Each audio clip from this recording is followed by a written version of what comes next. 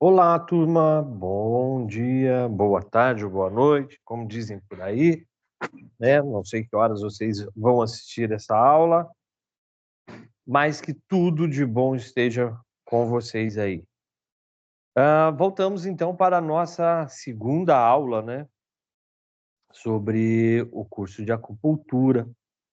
E nós vamos hoje iniciar na página 15, na edição nova, página 14, mais ou menos 13 aí do aplicativo. Muda às vezes, viu, de aplicativo para aplicativo, tamanho da fonte, aí acaba alternando a página, tá bom? Mas o título de hoje é Conceitos sobre os mecanismos da acupuntura. Tá aqui, ó. Conceitos sobre os tipos de mecanismo da acupuntura. O corpo humano é formado da união de células que dão origem aos tecidos e órgãos. Esses se associam entre si e colaboram para preservar as funções da locomoção, digestão, defesa, respiração e etc. As conexões entre os diversos sistemas fazem, de modo geral, pelo sistema nervoso. A gente já falou, né, que tudo se comunica com o sistema nervoso. Então, todos os órgãos estão ligados no sistema nervoso e vai para a nossa central, que é o cérebro, né? Cujo centro é o cérebro, que controla e regula todas as funções. Assim, o organismo responde como um todo às alterações do meio. Por exemplo, no calor, há vasodilatação, com um aumento da sudorese.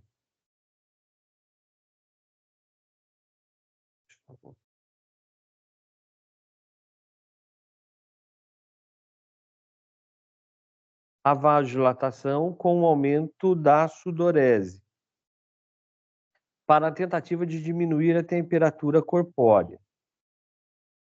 No frio, ocorre o contrário, a vasoconstrição e economia de calor corporal.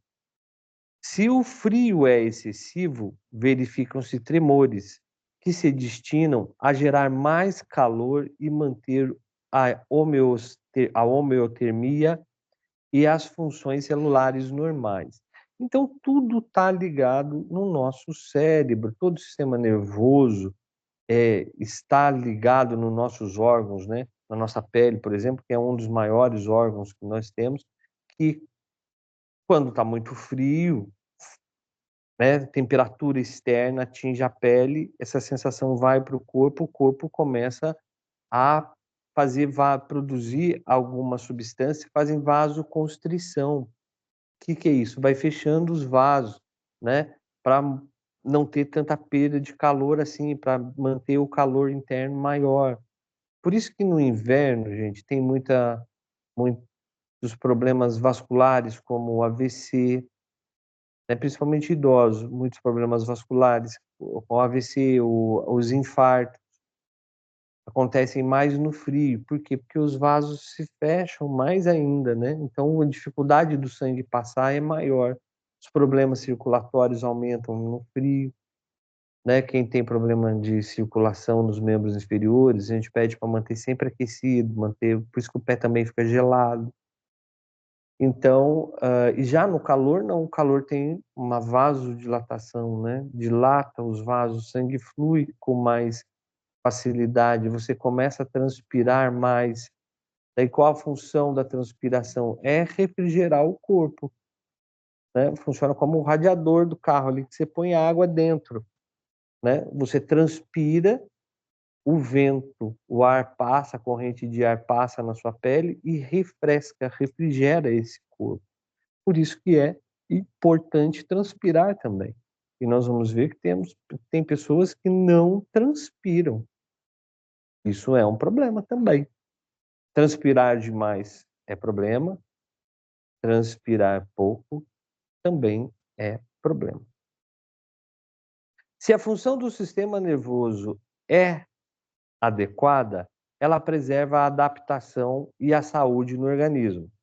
Se o organismo sofre alguma lesão, o sistema nervoso pode responder atuando em vários níveis para contê-la. Por exemplo, invasão bacteriana com liberação de toxina, o sistema nervoso, para promover meios de eliminação das bactérias e toxinas, reagem com hipertermias. Reagem com hipertermias, leucocitose e aumento de secreção de muco, tosse, náuseas e vômitos. Então, o sistema imunológico ligado ao sistema nervoso central, né? Quando o corpo sofre alguma invasão de bactéria, a gente tem a mania de cortar a febre, né? Mas a febre ela é necessária para que se aumente as células de defesa. Né? Então, o aumento da temperatura corpórea vai aumentar as minhas células de defesa no organismo. Existe, acho que eu já até mencionei para você nas outras aulas, mas existe uma corrente, né?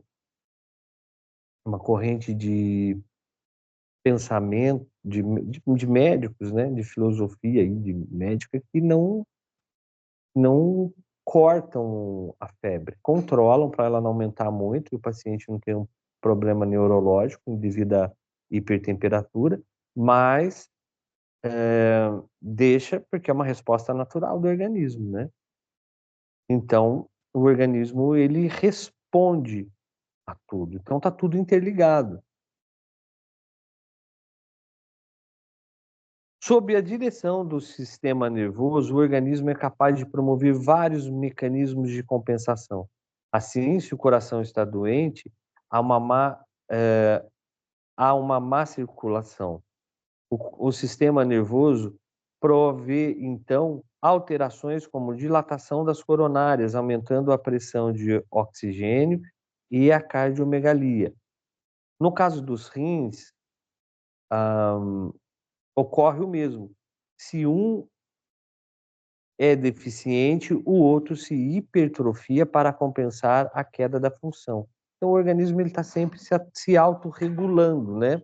Se a pressão está alta demais, a tendência do batimento cardíaco é diminuir. Por quê? Né? Já tá muito alta a pressão. Ainda vou acelerar mais isso? Não, então eu diminuo. Ao contrário, também é verdade. Se a pressão é muito baixa, o batimento cardíaco aumenta para compensar essa pressão baixa, na pouca pressão. Vamos aumentar aqui o batimento para circular mais sangue. Então, no rim é a mesma coisa. Se um para de funcionar, o outro aumenta de tamanho, né? Se hipertrofia, né? Atrofia, esse termo, tem a mudança do tamanho do órgão. Então, atrofia, ele parou de crescer, né? Reduziu, parou ali a sua funcionalidade, e hipertrofia aumenta, né? Isso. Por isso, um sistema nervoso em boas condições é capaz de reagir a lesões com reações compensatórias capazes de desenvolver o estado de saúde do organismo. Então, aqui nós estamos falando, né? Se o sistema nervoso está ok, o sistema nervoso está bom, ele vai ter capacidade de responder às lesões que o organismo sofre. É claro que outros fatores estão em jogo. O grau da lesão é importante. Além do mais, o sistema nervoso sofre influência do corpo como um todo. Se o corpo estiver enfraquecido, um estado depressivo, sofrendo de ansiedade, etc., isso refletirá negativamente no sistema nervoso. E aqui estamos falando que se nós estamos sobre fortes influências de emoções até, o nosso corpo também sofre, porque não é só a parte física, né? Acontecem as doenças psicossomáticas.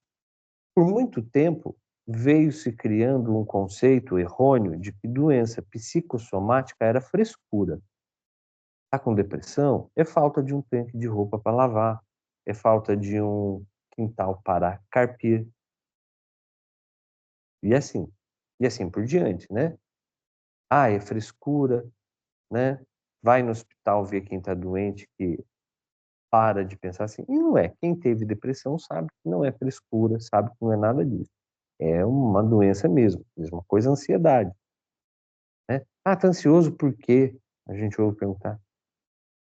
"Pra que que tá ansioso? Pra que que tá acelerado?". Mas são coisas que a gente não controla, e é um distúrbio emocional, né. Então, graças a Deus, hoje em dia vem mudando esse conceito, até mesmo dentro da área médica, isso antigamente, na minha época, quando eu trabalhava em hospital, há uns 20 anos atrás, quando começou essa mudança, tinha, assim, um preconceito com essas doenças, ansiedade. Aí falava assim: "Ah, tá com PT". O que que é PT? Frescura, né. "Ah, tá com depressão", é DNV, distúrbio neurovegetativo, né, porque não podia colocar na ficha lá, no laudo, PT, frescura, então colocava lá, DNV, distúrbio neurovegetativo, né, é um nome mais técnico para isso, onde o organismo responde. O distúrbio neurovegetativo é uma estrutura do corpo que responde do cérebro, e responde às ameaças externas, né. Só que não há ameaça nenhuma, é algo que está dentro da sua cabeça. Então a psicossomática, o que que é? Psico, mente, soma, corpo. São doenças da mente que afetam o corpo. Se a gente for falar isso, eu vou explicar para vocês, quando eu comecei a fazer acupuntura, eu aprendi que 95% das doenças são de fundo emocional, 2,5% adquirido e 2,5% congênito. Vou repetir e vocês anotem. 95 para a MTC, para a medicina tradicional chinesa, 95% das doenças são de fundo emocionais, 2,5% adquirido e 2,5% congênito. 2,5% das doenças congênito, eu herdei congênito, herança, herdei do meu pai, herdei da minha mãe, né, veio, recebi isso de presente, é genético. 2,5% adquirido, maus hábitos, né, bebida, cigarro, drogas, excessos de trabalho, excesso de atividade, falta de atividade física, sedentarismo, né, alimentação inadequada, tudo isso também me acarreta problemas. Então é 2,5% aí da fatia. E 95% de fundo emocional. Eu confesso para vocês que eu achei um absurdo quando eu fiquei sabendo disso. Gente, não é possível. Eu achei, e eu contestei até com a minha mestre na época, não é possível, 95%. Ué, espera trabalhar para você ver que você vai entender. Eh, e aí, depois que eu comecei a atender a acupuntura, realmente eu percebi que eu cuidava ali dos 5 elementos, cuidava ali e tudo, eh, mas os pacientes voltavam com outras queixas depois. A gente consertava uma coisa, depois o paciente voltava com outra queixa. E comentando isso com a minha mestre, né, com a Edna, eu falei: "Edna, mas o paciente voltou com estava com dor no ombro, agora melhorou, agora tá com problema no intestino, e tem diarreia constante, tudo". Ela falou: "Você verificou as emoções?". "Não, mas tem que verificar as emoções. Aborda ele, vê o que está acontecendo e vai trabalhar as emoções desse paciente". Aí eu fui fazer isso, e aí eu comecei a trabalhar também as emoções, porque dentro dos 5 elementos, nós temos as emoções envolvidas. né? A, cada elemento coordena uma emoção nossa. Cada elemento coordena um órgão nosso. E também as emoções. Cada elemento coordena várias estruturas dentro de nós.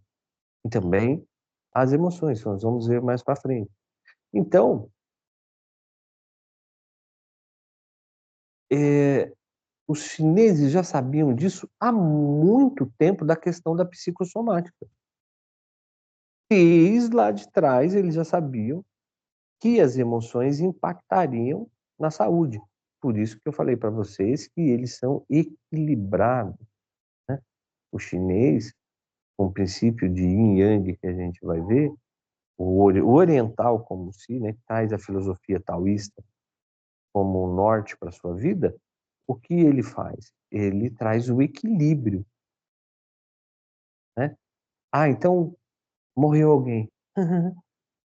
Ah, ganhei na Mega Sena. Equilíbrio. Nem lá, nem cá. Se eu estiver muito alegre, eu vou ter problema. Se eu estiver muito triste, eu vou ter problema, né? Então, o que que acontece? 95% das doenças são de fundo emocional, né? É o que está falando aqui. Se o corpo estiver enfraquecido, em estado depressivo, sofrendo de ansiedades, etc., isso refletirá negativamente sobre o sistema nervoso e, obviamente, sobre a saúde. Aí, pesquisas mais recentes agora mostram como isso funciona. O cérebro, as células do cérebro, os neurônios, se comunicam através de sinapses, não é? Então, o neurônio está aqui próximo do outro, eles não são encostados um no outro, né? Eles são apenas próximos. Então, tem um flashzinho de energia, um raiozinho que passa um pelo outro ali e faz essa comunicação. Quando eu estou ah, com excesso de emoção, há um excesso de sinapses. E essas sinapses, elas se extravasam por outras partes, por outras células do corpo. Por quê? Porque os neurônios estão em todo o nosso corpo, né? As células nervosas estão em todo o nosso corpo, inclusive no cérebro. Então, e aí, então, essa sinapse acaba extravasando para essa célula. As células tiveram que criar receptores para essas sinapses, que são chamados de neuropeptídeos. Então, as células, para receber esse excesso de sinapse, que é provocado pelo excesso de emoções, criou-se essa substância chamada neuropeptídeo. Então, ela recebe. Só que não é uma coisa normal da célula receber sinapses, porque ela não é o neurônio. A célula do neurônio está apropriada para receber sinapses. O resto das outras células não tem estruturas de neurônio. Então, elas tiveram que criar isso. É algo que não é dela. E o que que acontece? Esses neuropeptídeos em excesso interferem justamente no sistema imunológico, deixando você suscetíveis à doença. Então, agora, 2020, que é essa pesquisa mais ou menos, um pouquinho antes, mas agora é que vieram, com o avanço da medicina, descobrir que os chineses já falavam isso há mais de 5.000 anos. 2.000 anos agora depois de Cristo, há 3.000 anos são os primeiros achados antes de Cristo, juntando tudo há 5.000 anos. Os chineses já falavam da importância de se cuidar das emoções, né? Então, por mais, eu sei que muitos de vocês aí devem estar pensando que nem eu lá atrás pensei. Gente, 95% é muita coisa. Mas é isso mesmo. Tanto é que a ciência moderna hoje comprova o que os chineses já falavam. Então, isso, gravem bem isso. O paciente de vocês, né? Sempre a gente tem que saber como é que está o dia dele, como é que está a vida dele, né? Não é só a coisa física, como é que está o seu relacionamento, como é que está no trabalho, né? Você tem tido lazer, você saiu para passear, você tem feito o que você gosta, você tem descansado, você tem dormido bem, né? Você está relaxado. O que você faz para você relaxar no final de semana, né? Perdeu alguém que você gosta? Como é que está isso? Então a gente vai investigando isso, deixando o paciente vir, trazer tudo isso, colocar tudo isso para fora. E nós vamos trabalhando essas emoções através dos 5 elementos, com as agulhas, com a molxa, com a ventosa e outros materiais mais. Então vamos lá. As próprias reações de adaptação, quando exacerbadas, podem piorar o estado do doente. Por exemplo, na cólera, provocar diarreia visa eliminação dos agentes patógenos. Porém, se o processo for excessivo, poderá matar o paciente por desidratação. Ainda há lesões articulares e se o espasmo muscular ao redor for demasiado, pode haver isquemia e há um ciclo inflamatório vicioso. Então, às vezes, o corpo... Aqui são as reações alérgicas, né? As reações alérgicas são uma tentativa do organismo combater aquela substância. Vamos pegar o pólen, né? Estamos na primavera, primavera libera muito pólen, aí as pessoas começam a ter alergias ao pólen. O pólen em si não causa nada na pessoa. É que o organismo entende que aquela substância pode ser danosa. Então, ele produz uma quantidade enorme de histamina que vai provocar um processo inflamatório. Então, meu nariz vai começar a coçar, vai começar a escorrer, meus olhos vão ficar edemaciados, escorrer água do meu olho, e eu vou começar a espirrar, ou, em casos mais graves, né, isso vai afetar os meus brônquios e vai começar a produzir muco para tirar essa substância toda de pólen que foi para o meu pulmão, e eu começo a tossir, e eu começo a... por uma substância em si que não é lá tão perigosa assim.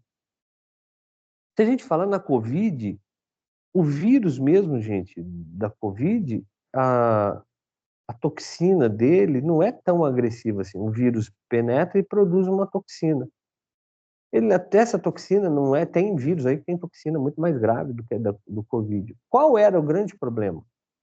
Era que numa tentativa exagerada do corpo de combater essa toxina, ele criava um processo inflamatório que muitas vezes era fatal. Se obstruía o pulmão com tanto muco que ele produzia para retirar essa toxina. Se criava aqueles processos inflamatórios, como febre altíssima,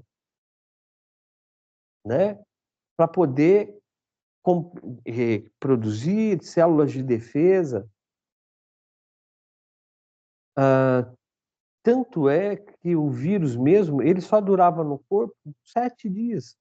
7 a 10 dias era o período de contágio. Lembra que a pessoa pegou, ficou isolada de 7 a 10 dias no quarto, ficava lá 10 dias isolado. Por quê? Em isolamento? Por quê? Porque depois de 10 dias o vírus morreu.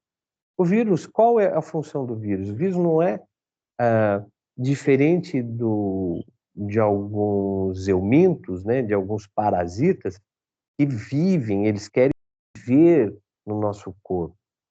A função do vírus não é muito essa. O vírus ele penetra no nosso corpo para reproduzir, passar para o outro e ir seguindo adiante. É assim que ele sobrevive. De um indivíduo para o outro. A perpetuação da espécie dele é essa. Né? O verme não. O verme vai ficando dentro da gente, vai se multiplicando e vai crescendo. Daqui a pouco você espirra, tá saindo verme. Como eu já vi em hospital. Preparar nas vias respiratórias da criança. A criança espirrou, começou a sair larva no sistema respiratório. Maus cuidados, óbvio. Porque isso não é uma coisa tão comum de acontecer assim. Tem que chegar no extremo do desleixo, dos maus tratos para isso acontecer. Então, o organismo nessa tentativa, o vírus mesmo, ele é bobo. 7 dias ele já acabou. Teve gente que teve e nem teve nada, nem sentiu nada. Por que as crianças não pegavam? Né? Ou se pegavam, nem tinha um sintoma tão exagerado assim, às vezes nem sabia que tinha pego. Por quê? Porque as crianças tinham um sistema imunológico ainda não completo. O sistema imunológico da criança está em formação. Então, por isso que a criança também fica doente com mais frequência do que um adulto. Né? Depois dos 8, 9 anos ali, que a criança tem um sistema imunológico já mais reforçado, mais forte, mais completo. Mas as crianças antes disso não tem. Então, pegava o Covid, é uma gripezinha. O organismo ali acabava combatendo mesmo, né? Às vezes nem tinha sintoma, e pronto, ficava por isso mesmo. Já o adulto, que tem um sistema imunológico mais completo, reagia de forma exagerada a isso e acabava vindo a óbito por causa disso, ou ficando com sequelas por causa disso, né? Então a gente fala que por isso que é tudo equilíbrio, né? Até se eu tiver um sistema imunológico muito bom, muito top, eu não vou ficar doente. Pode ser que ele te prejudique. É equilíbrio. Outra coisa que vocês devem gravar sempre na medicina tradicional chinesa é equilíbrio. Nem mais e nem menos. É o ponto exato.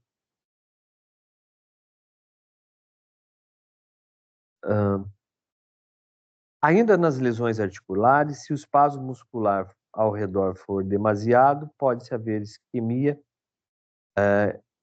e um círculo inflamatório vicioso, né? Porque se eu tenho uma lesão no músculo, ele incha demais, ele tenta compensar aquilo, acaba esse edema mesmo comprimindo ali as estruturas, cortando a circulação, afetando aquela parte, vai ter uma isquemia, às vezes tendo uma necrose do tecido, e aí essa necrose vai causar inflamação, e a inflamação vai causar outra inflamação, e assim vai indo. Aí cria-se um círculo vicioso que pode até entrar no que a gente chama de septicemia, que é uma inflamação generalizada. O corpo todo, aliás, é uma infecção, né, generalizada no corpo todo. O corpo todo foi infectado. Alguns fatores externos não têm importância em si, mas provocam respostas inadequadas. Podem provocar o desenvolvimento da doença, né? Foi o que eu falei, alguns fatores, como o pólen, às vezes o ácaro, né? Cheiro, é muito comum ter pessoas ter esses processos alérgicos, né? Respiratórios. O cheiro, né? O que é o cheiro de um perfume? Para uns é bom, para outros fazem mal. Por exemplo, as pessoas, em pessoas alérgicas, graves crises podem ser desencadeadas por pequenas quantidades de antígenos externos, como eu falei para vocês, o pólen, e aí ácaro, e aí vai, né? A poeira.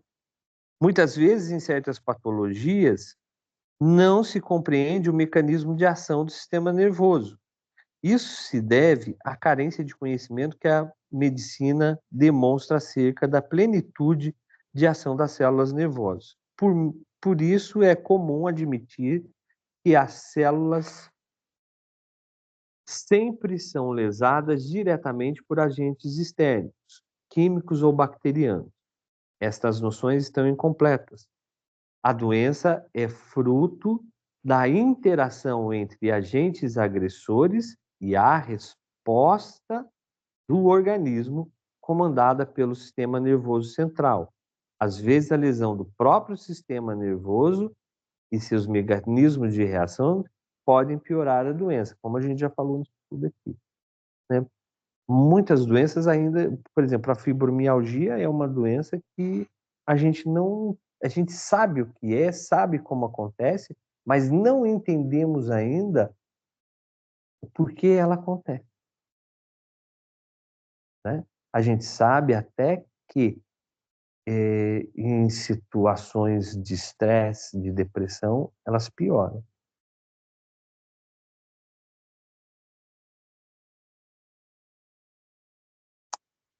Com certa frequência, quando a lesão é suficientemente profunda, não se consegue um estado de equilíbrio e o paciente morre.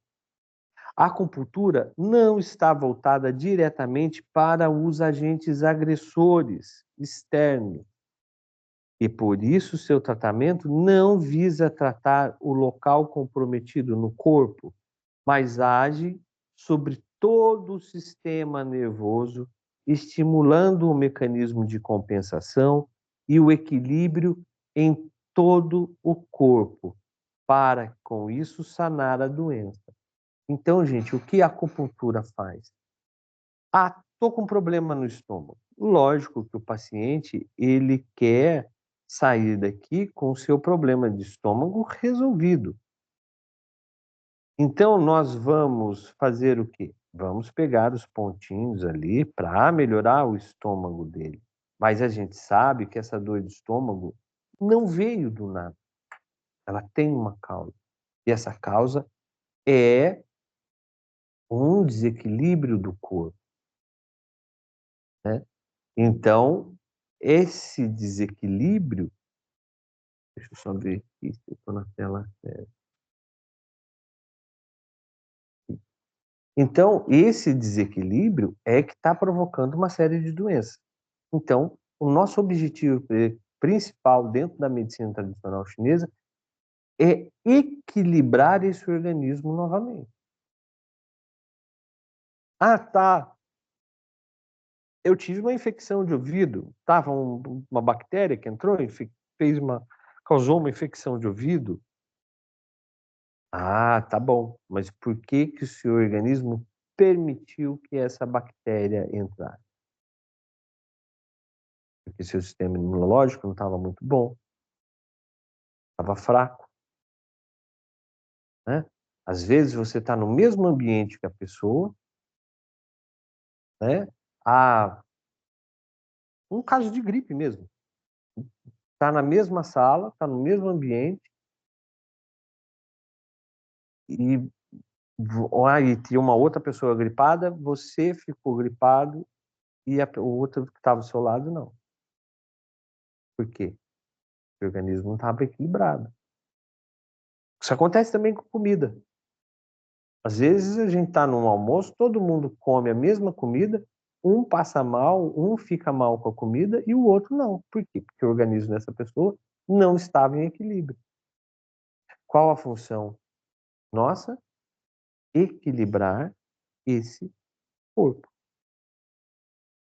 Há muitas doenças que se originam a partir da má absorção de vitaminas e causa o distúrbio no sistema nervoso. Nesses casos de deficiência, pode obter bons resultados por meio da acupuntura, dispensando-se o uso das vitaminas. O mesmo ocorre com outras doenças endócrinas. Casos em que se consegue muito bons resultados com a acupuntura sem o uso de hormônios externos. Por quê? Porque a gente vai equilibrar. Lembra que eu falei para vocês que o organismo da gente produz tudo, né? Então, se ele está não é que muitas vezes você não está ingerindo a vitamina, seu organismo não está absorvendo a vitamina. É diferente, aí a acupuntura resolve. Vamos deixar bem claro aqui. Então, vou resolver o seu problema de má absorção da vitamina. Agora, se eu não tomo sol de forma alguma, eu não recebo a vitamina D. Né? Aí eu tenho que repor. Daí não adianta. Porque não é um problema de absorção do seu organismo. Você está tomando sol, você está comendo adequadamente, seu organismo não está absorvendo. Você não está ingerindo. Aí é uma falta. Aí precisa substituir. Olha, eu não é que eu sou contra, tá? Eu respeito muito as pessoas que são vegetarianas, que são veganas. Eu respeito. Porém, há algumas vitaminas que, em grande maioria, né, elas vêm da proteína animal. Por exemplo, as vitaminas do complexo B, em especial a vitamina do complexo B12. Então, se eu não ingiro proteína animal, eu não estou ingerindo vitamina B12. Ah, mas tem sim, tem, lógico. O espinafre tem vitamina B12? Tem. A couve? Tem. Todas as folhas verdes escuras têm vitaminas do complexo B. Porém, a quantidade que existe num bife de vitamina B12, para se equiparar ao vegetal, eu tenho que comer 5 cabeças de espinafre, né? 5 maços de espinafre. Tenho que comer 10 de couve. Sendo que eu acho isso num bife ou em um ovo. Aí está a diferença. Então, essas pessoas, vocês também vão começar a pegar muitas pessoas que chegam com dores em todo o corpo. Aí você pensa, fibromialgia. Você pergunta sobre alimentação. Sou vegano. Ah, tá. Já dosou vitaminas B12, B6? Não, não dosei. Vai dosar então.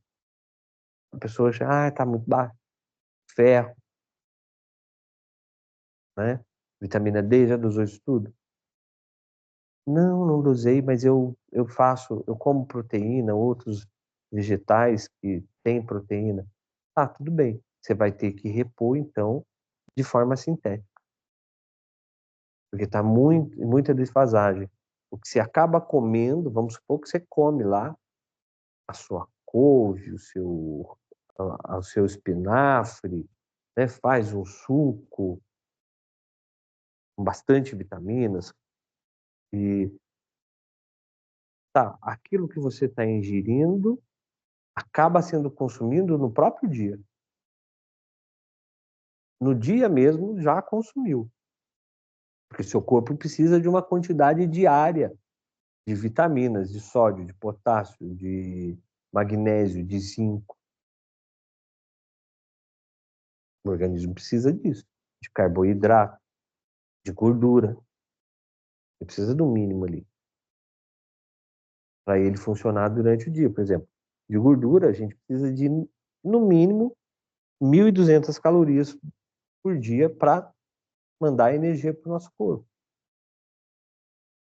Então, às vezes, o que essas pessoas que fazem essas dietas, elas consomem, às vezes, é apenas para o consumo diário. E aí começa a entrar em deficiência. E muitas vezes, e isso é verdade, nem consegue suprir as necessidades diárias de vitamina e de proteínas e de outras coisas mais. Então, precisa repor de alguma forma. Vai ter que ser sintético? Vai ter que ser sintético. O que é vitamina sintética? É produzida em laboratório, vitamina que você compra na farmácia, manda manipular e aí vai. Mas vai ter que ter, porque seu organismo precisa disso. Então, nesses casos, quando não há a absorção da vitamina, o organismo está em desequilíbrio e não absorve as vitaminas, aí a acupuntura resolve. Agora, quando o sujeito não está ingerindo a vitamina em quantidades adequadas, aí não existe milagre. Não tem o que se faça, né? Ainda dizem que tem uns sujeitos aí que vivem de luz. Não sei, não tem nada comprovado cientificamente ainda que a pessoa consegue fazer tipo fotossíntese, né? A planta, o vegetal que tem essa característica de pegar a luz e extrair as energias da luz, fazer a fotossíntese lá e tirar as proteínas, vitaminas necessárias para o seu desenvolvimento. Nós ainda, infelizmente, não chegamos a esse patamar.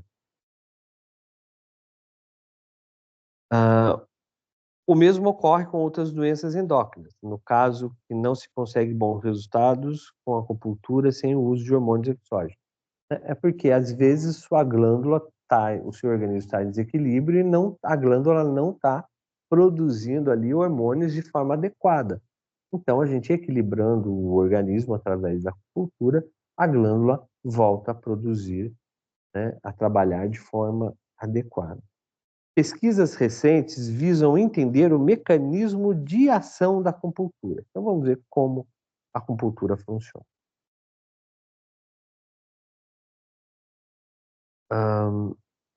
A acupuntura altera a circulação sanguínea. A partir da estimulação de certos pontos, podem-se alterar a dinâmica da circulação regional proveniente de microdilatações. Outros pontos promovem o relaxamento muscular, sanando o espasmo, diminuindo a inflamação e a dor, né? Então, só de eu melhorar a circulação sanguínea, eu já estou mandando mais nutrientes para aquela célula, já estou mandando mais oxigênio para as células, eu já estou mandando mais anti-inflamatórios que o meu próprio corpo produz, antibióticos que o meu próprio corpo produz, né? Estou mandando já também anti-inflamatórios, tudo que o meu corpo produz vai através do sangue. Se eu faço uma vasodilatação, melhora a circulação através da acupuntura, obviamente o meu sangue, meu organismo está recebendo isso de uma forma melhor. Né? Quais os grandes problemas, né, de dores que são mais difíceis de combater são aquelas dores nevrálgicas, né? As tendinites, por exemplo, a bursite, tendinite de punho, tendinite de cotovelo, bursite de quadril. Por quê? Porque são os nervos que são lesados. E os nervos não têm corrente sanguínea chegando nele. Não tem vasos que nem tem no músculo chegando nele, né? Os nervos, eles se alimentam através de osmose. Então, encosta uma estrutura na outra, né? E vai recebendo ali os nutrientes.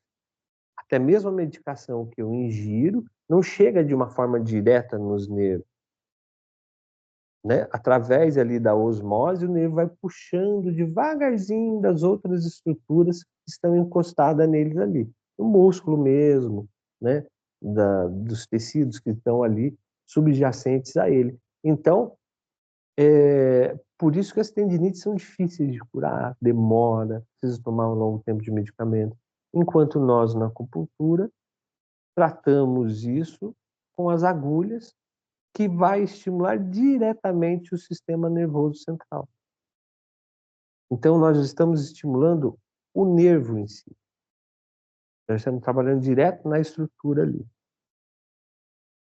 O estímulo de certos pontos promove a liberação de hormônios, como cortisol, endorfina, promovendo a analgesia, né? Principalmente na eletroacupuntura. Na cada tipo de onda que eu trabalho no aparelho de eletroacupuntura libera determinados tipos de hormônios no meu corpo, que vai me beneficiar em todas as áreas. A acupuntura ajuda a aumentar a resistência do hospedeiro. Nós somos hospedeiro para os parasitas, para os vírus, para as bactérias. Nós hospedamos esses seres em nós. né? Então, para que eles não se multipliquem de forma exagerada, o meu sistema imunológico, a minha resistência tem que estar boa, né? Eu já falei para vocês, nós temos bactérias na língua, elas precisam estar ali. Nós temos bactérias no intestino, precisam estar ali. Nós temos bactéria, aliás, não, no ouvido não, no ouvido nós temos a cera ali, nós temos antibióticos ali, precisam estar ali. Então, essas bactérias que estão no nosso organismo, que fazem parte, né, do nosso sistema digestivo, principalmente, essas bactérias que estão ali, se eu não tenho uma regulação, elas também aumentam de forma muito exagerada e me causando doença.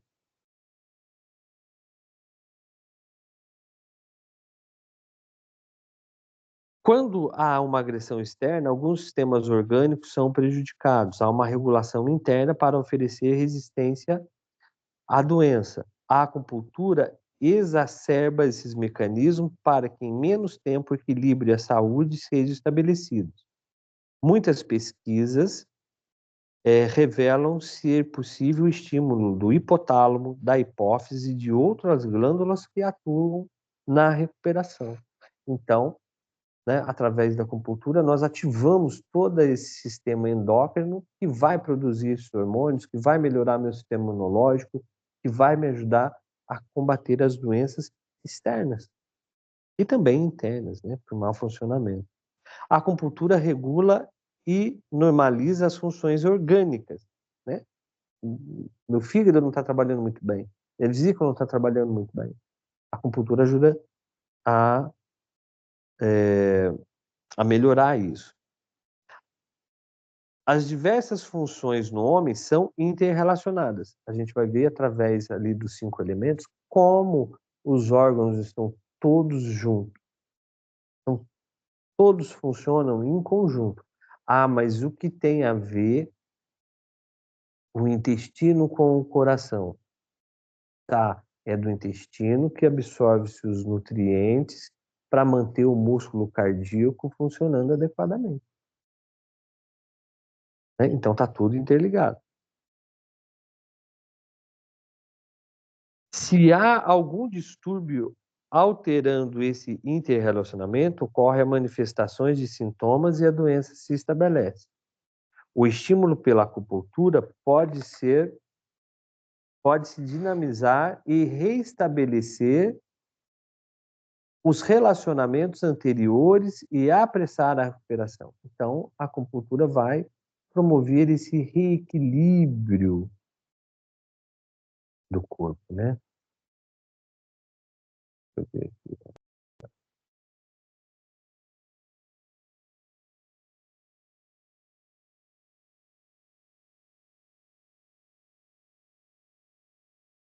Vou voltar na tela adequada aqui.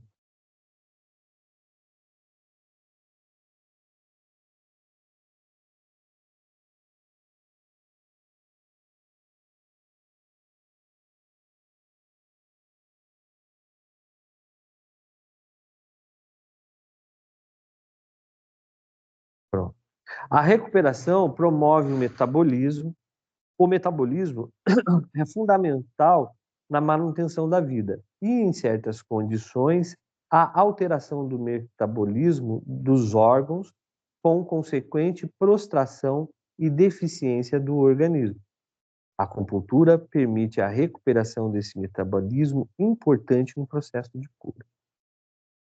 Então, a acupuntura tem todo esse trabalho de reorganizar as funções orgânicas internas, até para, né, se tem alguma coisa ali que não está funcionando muito bem, reestabilizar isso e proteger o organismo de invasões externas. Observações. A acupuntura, apesar de a acupuntura produzir efeitos reais no tratamento de diversas doenças, seus processos têm sido esclarecidos pela pesquisa atual. Ela possui características próprias que diferem em muitos aspectos da medicina moderna, totalmente. método diagnóstico, método de tratamento, método de interpretação das doenças é totalmente diferente da medicina moderna, tá? A primeira observação a esse respeito refere-se à nomenclatura. Fórmulas e conceitos da acupuntura sobre as doenças são inteiramente diferentes dos conceitos da medicina moderna, pois resultam de uma experiência milenar. Então, gente, obviamente, que se o paciente chega aqui e fala com assim, eu estou com dor de estômago, eu falo assim, isso aí pode ser um distúrbio do seu elemento terra, mas esse elemento terra pode estar em desequilíbrio pelo seu elemento mãe, que é o elemento fogo.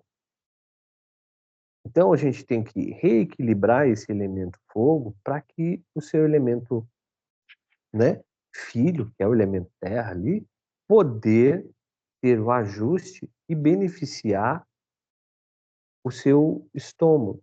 Eu vou pegar o seu meridiano do intestino grosso, do coração, vou regular o seu triplo aquecedor, vou regular o seu pericárdio também, vou regular seu baço pâncreas. A pessoa ficou olhando assim para sua cara, sem entender nada. Porque é tudo diferente, né? As próprias nomenclaturas, a gente, em vez de usar superficial e profundo, a gente usa yin e yang, né? Então, os nossos conceitos, os 5 elementos, né, como eu falei para vocês, é um método diagnóstico.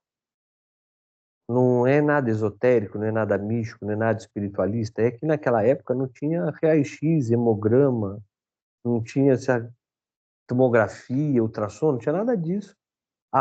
Como precisava de um meio de diagnosticar, o que eles fizeram? Pegaram os órgãos que eram mais parecidos com os elementos da natureza e inseriram no esquema mais clássico, para vocês terem uma ideia.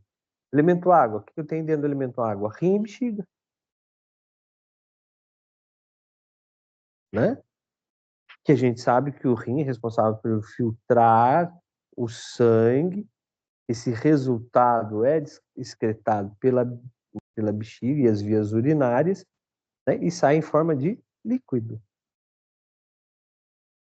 Então, eles fizeram isso. Mas por quê? Porque a gente está falando de coisa de 5.000 anos atrás. Eles tiveram que adaptar todo o conhecimento que tinha disponíveis na época para cura, para diagnóstico, né?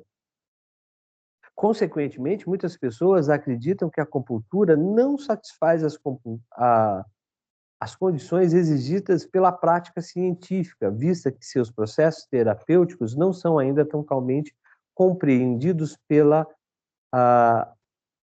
ciência atual. Esse fato a tornou vítima de incredibilidade por parte de muitos profissionais que, assim, lhe negam atenção e pesquisa profunda. Se você chega e fala isso para um cientista, para um pesquisador de 5 elementos, ele vai rir na sua cara, né? Tanto é que logo depois que acabou a Covid, saiu um livro chamado Mas Que Bobagem é Essa? Foi por uma pesquisadora e por um jornalista. Não me lembro o nome dele. Mas que eles começaram a falar que várias coisas, né, eram pseudociência, inclusive a acupuntura. Deixa eu pegar um livro aqui para vocês, que depois eu vou mostrar. Eles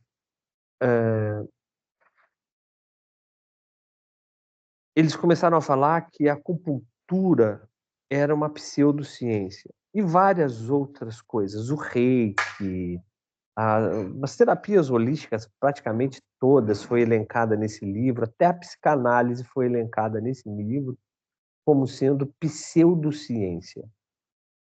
O que é uma pseudociência? Na década de 60, quando os métodos científicos, preste atenção bem nessa parte, porque alguém pode questionar isso para vocês, viu? Alguns pacientes, algumas pessoas podem questionar vocês sobre isso. Ah, mas a acupuntura não tem fundamentação científica, né? É uma pseudociência. E aí vocês já sabem como argumentar em cima disso.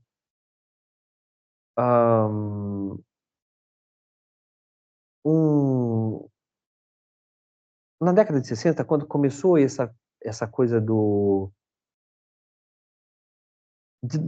desenvolvimento científico, a ciência começou a evoluir, conseguiu-se comprovar várias teorias que só tinha no campo teórico, começaram a conseguir a se comprovar, né? O que vinha lá de Newton, de Einstein, que eram teorias, começaram a se comprovar na década de 60 pelo avanço da tecnologia e de tudo mais, da ciência como um todo.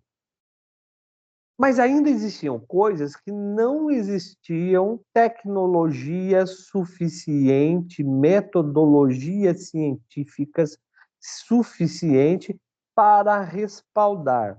Então, um filósofo chamado, não sei o que, Pops, um negócio assim,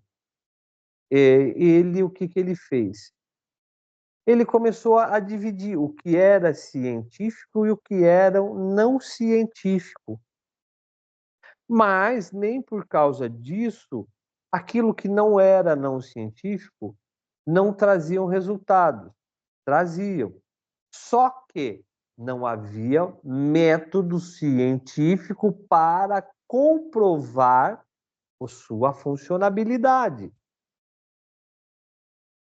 Então, criou-se essa divisão entre alguns ramos, principalmente da medicina, vamos falar da medicina, da área da saúde, em que algumas coisas passaram a ser científicas, porque existiam resultados científicos, né? Métodos que comprovariam os resultados daquilo, e outras coisas que não eram científicas, que foram chamados, mas davam resultados, mas não existiam métodos científicos ainda para comprovar aquilo, e foram chamados de pseudociências. Acontece que por uma tradução, da nossa tradução, para nós, pseudo é falso. E o que é falso, para nós, é tido como engodo. Então, tudo aquilo, quando se colocou como pseudociência e elencou a acupuntura, reiki, o shiatsu e mais tudo, as massagens como pseudociência, deu a entender que isso era engodo, que não trazia, que as pessoas estavam sendo enganadas por esses terapeutas todos, né? E aí criou uma celeuma toda. Foi um bate-boca na internet, nas redes sociais, na mídia em geral, com isso, porque lá atrás nós começamos a falar que a acupuntura era um resultado de estudos empíricos. E o que eu expliquei para vocês de empirismo? Erro e acerto. Erro e acerto. Né? Se hoje nós não comemos, vamos supor, a gente sabe que a cicuta faz mal, uma planta, porque estudaram qual a propriedade que tem na cicuta que causa mal e o que essa propriedade faz no nosso organismo. Beleza, isso é científico. passou em teste laboratório e tudo. Mas antigamente, quando não existia laboratório, sabia que se comesse cicuta morria. Era empírico. Qual o propósito? Tanto de um, quanto do resultado científico, quanto do resultado empírico. Não coma cicuta, porque você vai morrer. Né? Um com respaldo científico e o outro com respaldo da prática, da experiência, da vivência. Então, a acupuntura chegou para nós nesse campo, da prática. Eu mandei para vocês a foto, né, de uma terminação nervosa em que existia um nó. Aquele nó, aquela terminação nervosa foi fotografada por... você pega um fio de cabelo e divide em 1000. É aquela espessura. Foi fotografado por um microscópio eletrônico, tem essa capacidade. Atômico, perdão. Microscópio atômico, que tem essa capacidade de aumento. Então, o que acontece? Está em investigação, aquilo lá, aqueles nós, eles estão investigando se aqueles nós são, de fato, os pontos de acupuntura. Porque existem, num pedaço, vários nozinhos daqueles, aparentemente sem uma explicação. Então, estão investigando se aquilo é. Se, ao término disso, for comprovado, a acupuntura passará, lógico, vai ter assim, existe na terminação nervosa os nozinhos que são nós referentes aos pontos de acupuntura. Aonde esses nós atuam no sistema nervoso central, o que desencadeia. E aí vai ser uma outra série de estudos. Terminando essa série de estudos, né, a acupuntura vai deixar de ser uma pseudociência e vai ser uma ciência. Mas, por enquanto, ela é tida como pseudociência. Então, pseudociência não é algo que é fajuto, que é um engodo. Pseudociência é que ainda não tem métodos científicos comprovadamente, estudos científicos que comprovem como aquela metodologia age e dá resultado. Tá bom? Então, na parte de psicanálise, teve esse livro aqui, né, do Christian Dunker e do Gilson Iannanini, Ciência Pouco é Bobagem, porque a psicanálise não é pseudociência. Aqui eles mostram uma série de artigos científicos que esses autores do outro livro não consultaram. Então, aqui ele rebate com todas as comprovações científicas, né, com artigos científicos, publicações em revistas, né, de como a psicanálise não é pseudociência, e sim ciência. Né? Mas criou-se um debate enorme sobre isso. É bom que vocês fiquem sabendo. Né? Isso. E aí, então, por essa falta de conhecimento, é que a acupuntura ganhou assim, uma certa descredibilidade. Mas também, em 1990, na década de 90, a medicina reconheceu os resultados da acupuntura, tanto é que permitiram que os médicos se tornassem acupunturistas também. Né? Então, eles permitiram que os médicos fizessem a acupuntura também. O que os médicos não permitiram que o conselho médico não permitiu que os médicos fizessem? A autoemoterapia. Por quê? Porque ainda não tem nenhum resultado, não se comprova resultado, né, através da autoemoterapia.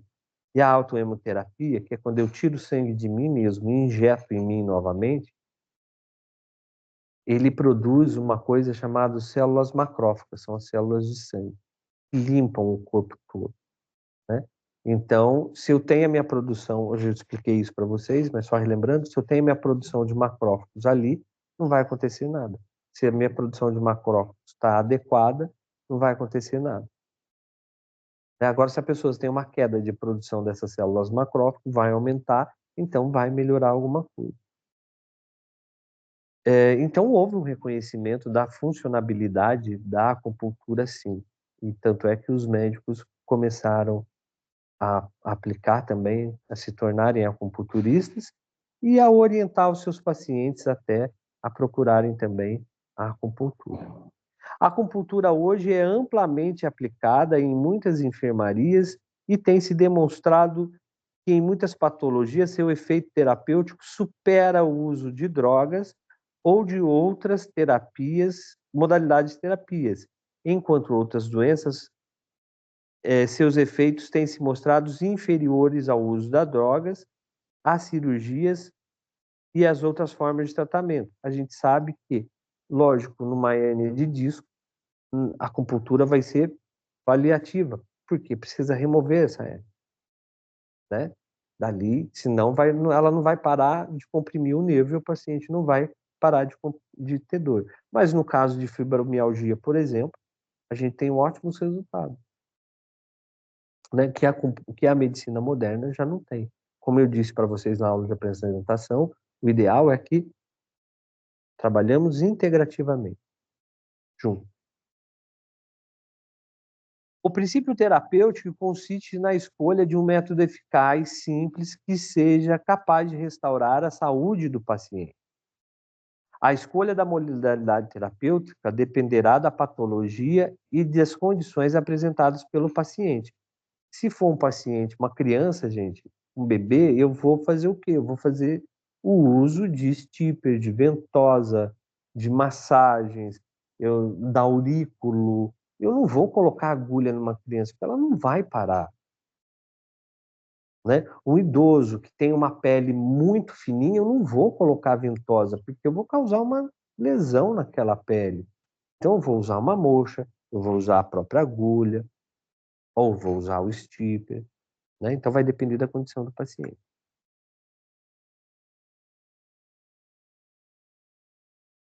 Há muitos acupunturistas leigos que, por desconhecerem os métodos terapêuticos da medicina moderna, ou por serem de opinião que a acupuntura é capaz de tratar todos os tipos de doença, prejudicam o paciente, privando-o de receber o tratamento mais adequado e específico. Por isso que as terapias hoje não são alternativas, são integrativas, né? E eu jamais devo falar para o paciente parar o tratamento médico dele. Isso quem vai decidir é o médico. A partir do momento que ele começa a apresentar melhora, ele vai falar para o médico dele, eu estou bom, então o médico vai falar, então vamos suspender essa medicação. Não vai continuar tomando, né, medicação sem a necessidade devida. Então, mas tem aqueles extremistas também, né? Até dentro das áreas holísticas, a gente acha esse pessoal muito radical. Ah, vamos tratar com acupuntura, com isso, com aquilo, com isso. Ponto, gente, por exemplo, a gente tem aí um caso bem conhecido, que foi aquele jornalista Marcelo Rezende. Marcelo Rezende teve um câncer acho que de baço, e ele não quis se tratar, porque falaram para ele que trataria com medicina integrativa, algumas terapias, iria curar ele, e não curou. O Zacarias dos Trapalhões foi a mesma coisa. Achou uma cura, estava com HIV, se bem que o HIV na época, né, não tinha muito o que fazer, mas estava começando a sair o coquetel. Se ele tivesse experimentado o coquetel, ele poderia ter uns anos de vida a mais. Mas ele optou por um tratamento de ervas. Não estou falando mal das ervas, não estou falando que as ervas não funcionam, funcionam. Mas como a gente leu aqui, se está.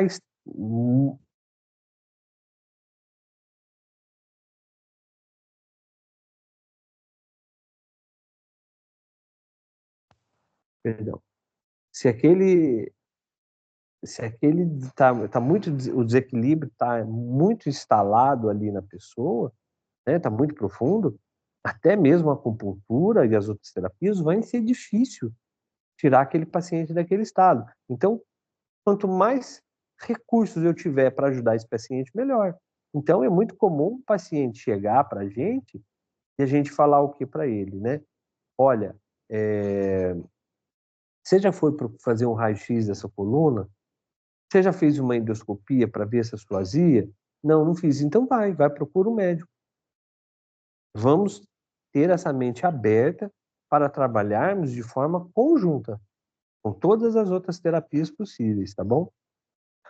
Para que se possa tratar uma doença, é preciso chegar ao seu diagnóstico. O esquema terapêutico deve ser arquitetado por um profissional médico competente que localizará o controle e os cuidados durante o período de tratamento. Aqui, quando a gente está falando profissional médico, é aquela questão que eu já falei para vocês, é que vem da traduzido, né? E na China, todos os acupunturistas também são chamados de médicos, tá? Por isso que aqui, às vezes, a gente fala, o profissional médico deve localizar o ponto. Profissional médico acupunturista. Nós, no caso aqui, que não podemos ser chamados de médicos acupunturistas, mas na China pode. Por exemplo, no caso de doenças dolorosas, o tratamento implica não só no controle da dor em si, mas também a busca e a cura de sua causa. Né? Por que que eu tenho essa busca? Qual elemento que está impactando ali? Qual o desequilíbrio que está vindo até chegar? Porque ela não instalou de uma hora para outra. Com exceção dos traumas, vamos supor, caí, quebrei a perna. É agudo. Mas, se eu começo a ter dores no joelho, não foi de ontem para hoje. Vem vindo já de longos anos. E o que ocasionou isso? Então, a acupuntura é uma arte terapêutica que deve estar entre as primeiras indicações na terapêutica de muitas patologias e deve ser exercidas, novamente aqui, por médicos especializados ou pessoal médico treinado. E aqui, volto a repetir para vocês, aquela coisa, o acupunturista especializado ou acupunturista treinado, né? Na tradução, saiu médico, porque lá eles chamam os acupunturistas também de médico. Tá bom? Então encerramos aqui essa nossa aula de hoje, nossa segunda aula. Semana que vem nós viremos com conceitos de Qi, que não está aqui no livro, mas eu vou mandar o PDF para vocês, tá bom? É uma coisa muito importante, não tem nesse livro aqui, mas eu dou a parte para vocês, tá bom? Então, até a próxima aula. Tchau, gente.